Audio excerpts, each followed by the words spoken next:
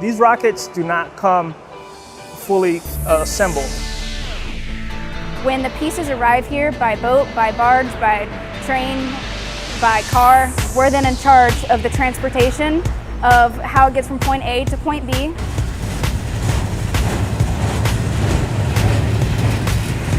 Structural, mechanical, engineering wise, we're in charge of whenever you mate it and stack it. This is the first time we're putting it together.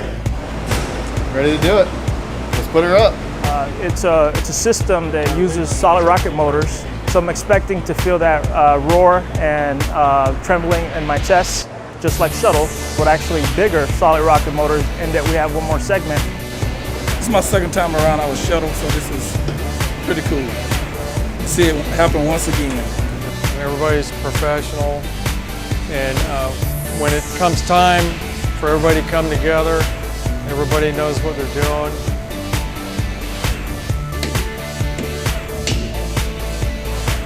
Yeah, I got about 15 different days. So from here at the RPSF, we'll move to the VAB for processing boosters there and stacking the rest of the segments on top of the aft assembly that you see here. Once we get into the VAB, we'll start our stack on the mobile launcher platform.